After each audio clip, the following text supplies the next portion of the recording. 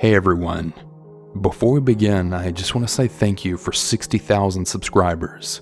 I know that a lot of you are new here, and I just really want you to know how much I really appreciate all of the support, and it never ever goes unnoticed. So thank you. Also, in today's video, I'm going to be having another narrator who's going to be joining me. His channel is called Gensen, and you should definitely subscribe and check him out if you enjoy his narration. His channel will be linked in the description below. Now that all of that's out of the way, let's jump into the stories. And remember to always stay hungry.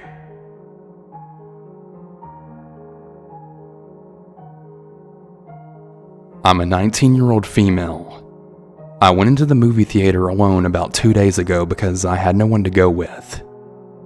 Right away, I knew something was wrong because a man was sitting in the seat that I just paid $16 to reserve. I really didn't want to confront him about my seat, so I just sat a few seats away from him. During the trailers, he had looked at me for a few minutes, and when I couldn't ignore him anymore, I looked back at him to see what he wanted.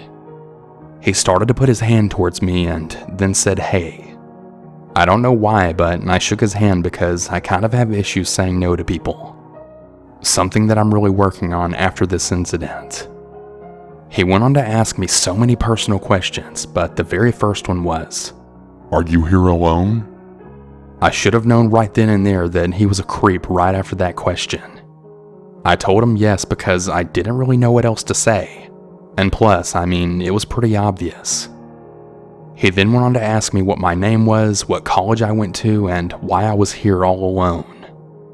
I answered all of his questions because I just couldn't really think of any lies on the spot. I was frozen. Then he asked me if I wanted a beer. I'm 19 years old and I actually look pretty young, so he had to have known I was underage. Why would he ask a girl who looked like an underage teenager if she wanted a beer? But anyways, I told him no because I've heard so many horror stories of men drugging women, and I didn't want to be under the influence around strangers like this guy. When he left to go buy his beer at the concession stand, I moved away from the seat and sat in another row. I was hoping he would finally get the hint and just leave me alone already. When he came back though, he looked for me and sat right next to me. I was frozen yet again. I was terrified. I didn't know why he kept sitting next to me or what his intentions were. The theater was fairly empty and there was only about 3 other people there. By this point the movie had started, but he just kept talking to me. The man started whispering to me because I guess he didn't want the other people there to try and shush him or tell him to shut the hell up.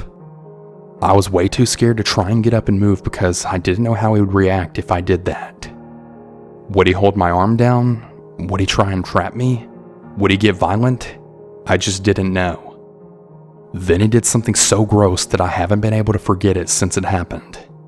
He started to lean his body right towards me and then whispered into my ear, "Hey, don't make it weird. Let's hold hands." The man started to hover his hands right over my lap and pretty much just watched me until I shook my head no at him. That's when I got up and he then asked me, "Where are you going?" And I told him I was going to the bathroom. And that's when I ran away into the bathroom where I started to have a panic attack.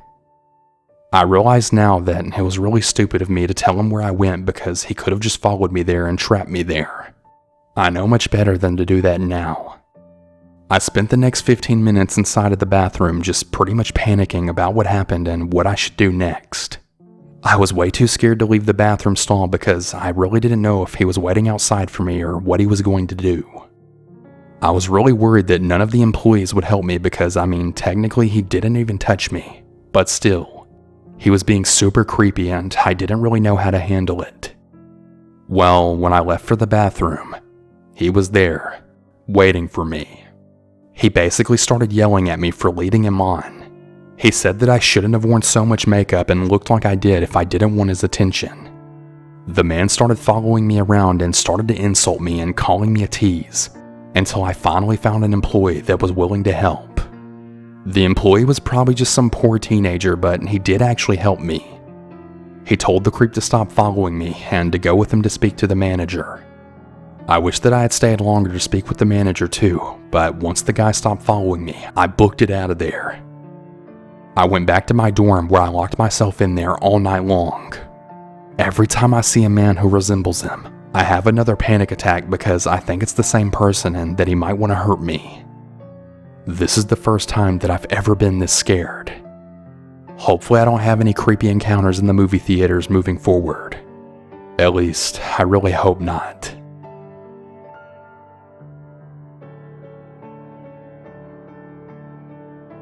Back when I was in high school, my friends and I would really love to go to our local movie theater that was situated inside of our shopping mall. We usually traveled in really big groups, but this time it was only my friend Alex and I.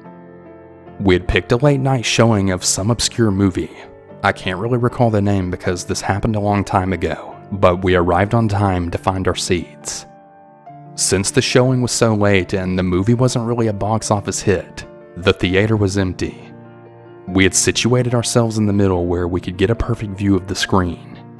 Strangely enough, a couple that arrived late decided to sit in our row, with only 2 seats between us and them.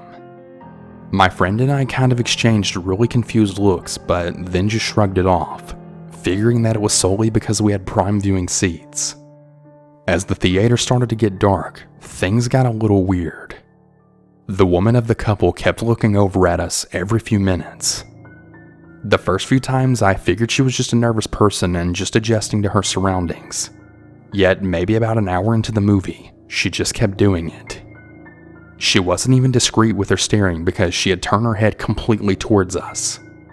Like I could literally see her entire face. I can still see it in my head to this day. I nudged my friend and I told him about the girl that was staring, and he whispered back to me that he'd noticed it too.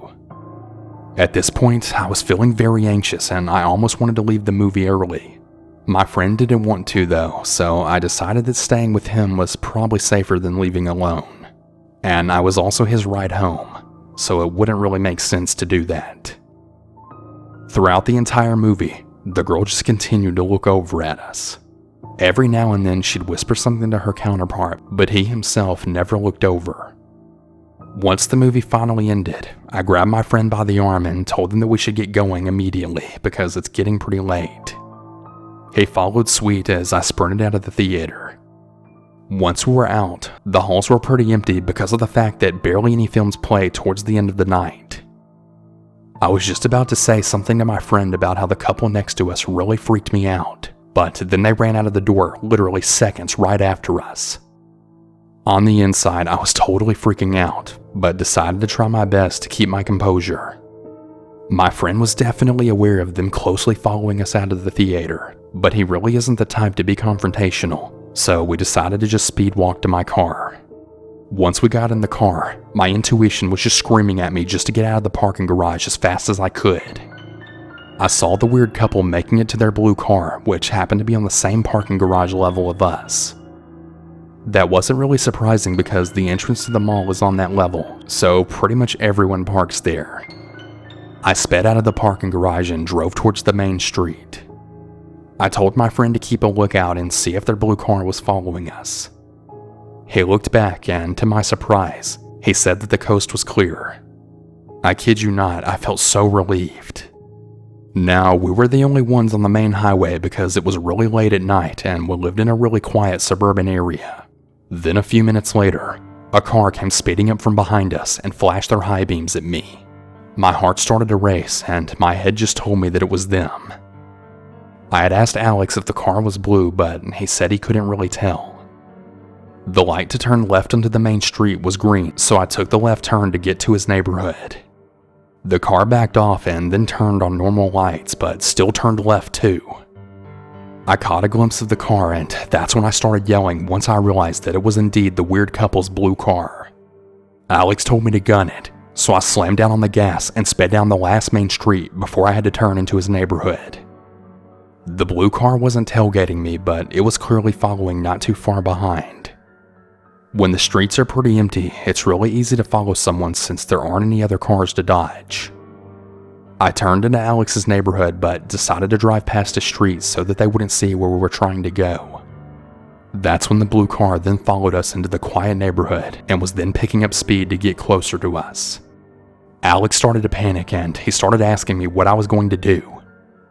I just kept quiet as I then started to speed down a random street in a neighborhood. I could see the car lights behind me as I made a turn into another street, but they were far enough so that they couldn't see me for about another 30 seconds after I took the next turn. After I turned into another unfamiliar street, I turned my car off and then flipped it into neutral. My car is a manual, so I'm very familiar with driving it, and I knew I had enough momentum to roll into an empty parking spot even though my car was off. I slipped into a spot in the curb and pushed the brakes to get to a stop before the blue car could clear the turn to get into the street. I reclined my seat completely all the way back and told Alex to lean all the way forward and don't move. We pretty much just sat there in the silent and dark car, my ears just ringing from how quiet it was. My heartbeat was fluttering faster than it ever had before. I think that it was a mix of fear and adrenaline. Within about a few seconds, the blue car cleared the turn and then started slowly driving down the street. It started to make its way past my car that was parked on the side of the street. Luckily for us, I drive a pretty standard black Scion TC. There's pretty much nothing notable about the car. I haven't even changed the license plate frame. So they must have thought that the cars parked on the road belonged to the people in the neighborhood. Alex and I literally stayed in our hiding positions for about 10 minutes, just in case the weird couple decided to drive by again. However, luckily for us, they never did. Once we got up, we just stared at each other and didn't really know what to say. We were both really freaked out and really had no idea what the couple had planned to do if they had caught up to us. To this day, I still have no idea what their intentions were. Maybe they're just a couple of deviants who really enjoy freaking out young high school students. Or maybe they actually had some kind of sinister plan for us. All I know is that I don't go to the movie theater late at night anymore. That is, unless I'm with a really big group of friends. That's literally the only time I'll ever go at night. Be careful out there.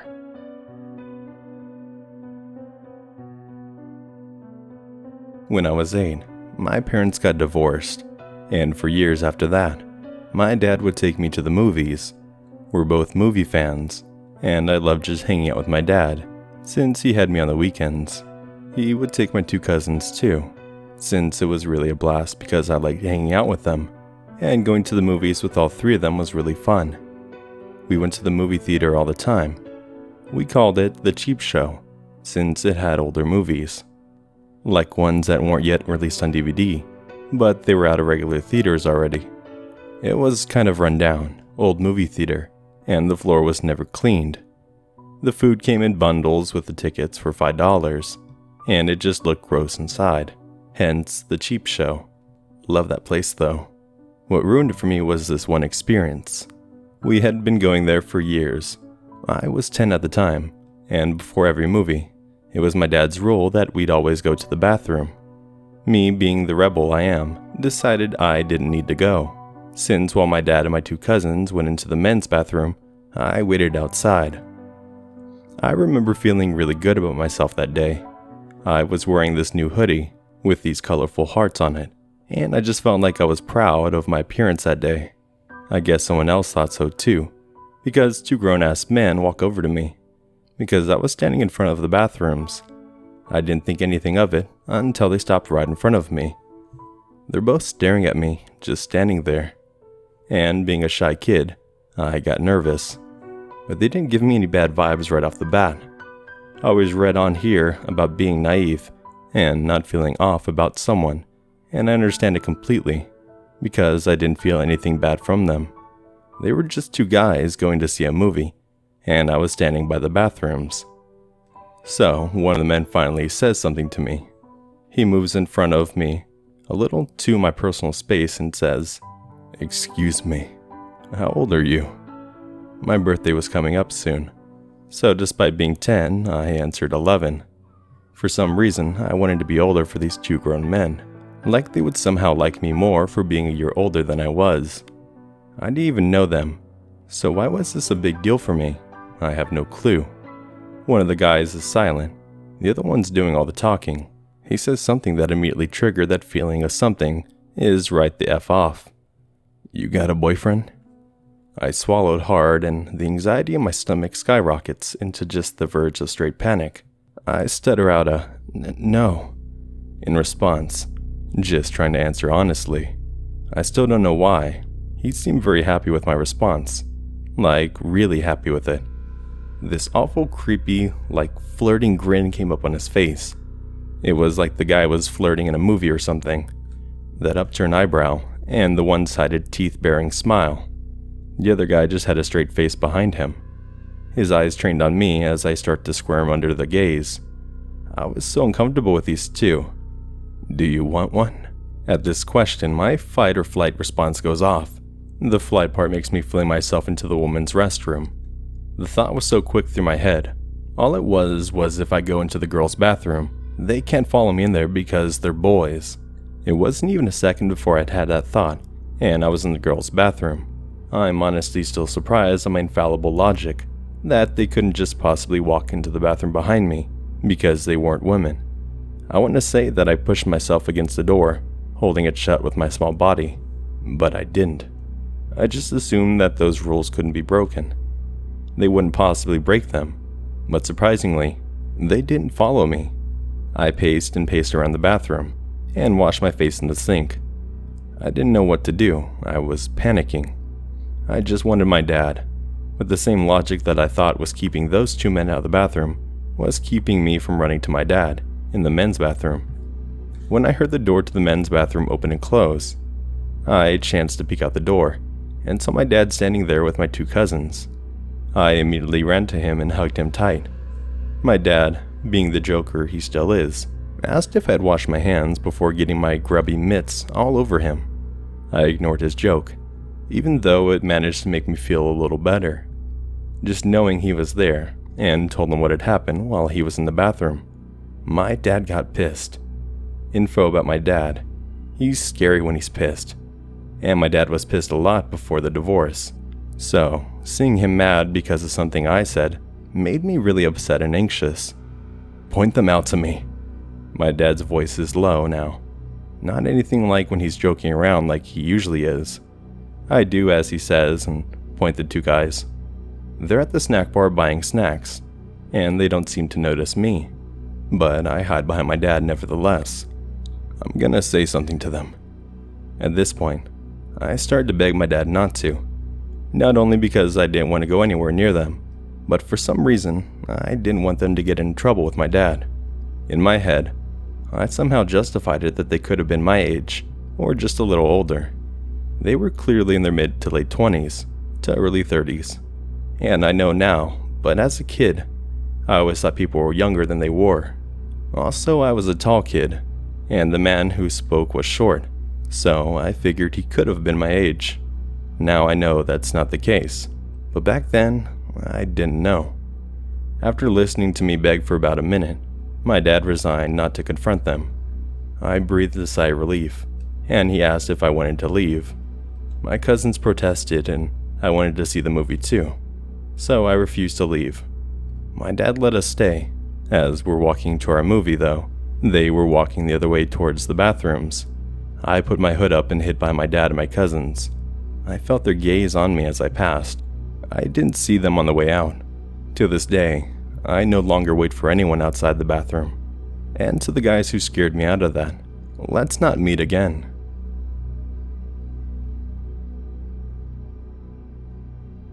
Back when I was in high school, my friends and I really loved exploring creepy places. A few of us had our driver's license, so on weekend nights we would always gather a group of about 6 to 10 people and go on an adventure. One summer, our favorite place to go to was this abandoned movie theater on the west end of town. The place had closed down probably about 3 years before we started visiting it, and during that time it had become a really rundown building. There were no trespassing signs on the front entrance and each of the fire exits around the building. The glass at the main entrance was all broken and had been boarded up. The front door was totally busted and didn't have a latch or lock, so people were able to get inside. We knew that there were probably some homeless people that were crashing in there, but we were young and dumb and felt like an invincible group. I think that's a really big part of what made it scary. We would always wait until between 11 p.m. to 2 a.m. to go into places like this because we didn't want anyone to see or hear us and report us to the police. We all explored it together the first 2 times that we went in. The screens and the seats were all torn up inside each of maybe the 8 rooms that were there. The bathroom mirrors were totally broken and there was graffiti everywhere. We were fairly sure that there were people hiding in there while we were inside, even though we never saw anyone the first 2 times we went. There were a couple of shopping carts from a nearby Fred Meyer inside, and there was cans and bottles in them and a few dirty blankets scattered around in different rooms. It looked pretty lived in. After getting to know the layout of the place the first couple of trips, we made a game of it for the 3rd and final visit. This time the 6 of us that went split into 3 groups of 2, and with our partner, the 2 of us would enter the front together and spend a full 5 minutes inside, while the others waited outside at our chosen exit in the back of the building. The first 2, Beck and Doug, both went in while we waited outside. About 7 minutes went by, and just as we were starting to worry that we should go in after them, they made it out the other side through the fire exit. Doug told us that they went upstairs into the office and that there was a sleeping bag that hadn't been there on the last visit, and as soon as they went up and saw it, they tried to leave immediately, but they got turned around and then tried to leave through the wrong exit, which was sealed shut. They were getting really paranoid that they were being followed out, so they pretty much just stood there watching the way that they entered the theater room for about a minute, making sure that they didn't hear any noises, before they finally worked up the nerve to run out of the right exit right across the hallway. Doug and Beck really both wanted us all to leave, but Jack and I weren't having that, and we insisted on going in.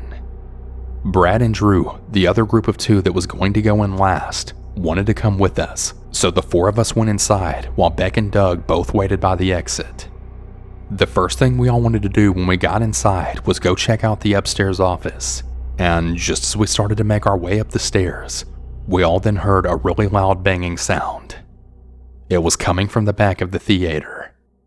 We all agreed that it had to be Beck and Doug trying to scare us so that we would come out and then leave.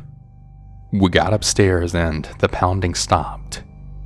Doug was right. There was a sleeping bag rolled out on the ground with a few paper bags set up around it. Brad had flashed a light in one of them and saw a syringe and something that looked like a vibrator. We were all pretty grossed out, but we just had a little laugh about it. We had looked around while we were up there and didn't really notice anything else interesting, and we were starting back down the stairs when the pounding then started right back up again. That's when we decided that we should probably make our way to the exit. I was really just hoping that we hadn't been caught trespassing by the police. We came out through the exit, and pretty much immediately, both Doug and Beck then told us that about a minute after we entered the theater, a really tall, creepy, homeless-looking man with really greasy hair walked right past them, heading for the entrance. Beck had said hello as he passed, and the guy stopped, turned, and then kind of lunged a few inches toward him before stopping. One side of his face was really wrinkly. Beck seemed to think that maybe he was a burn victim or something, but he wasn't really sure. The guy had stared at him, then without even saying anything, then turned and walked around the corner where we had gone inside. They started pounding on the door right after he was out of sight to try and warn us that there was a really scary dude in there with us. We were all in there for about 5 minutes with this guy, and we never saw him.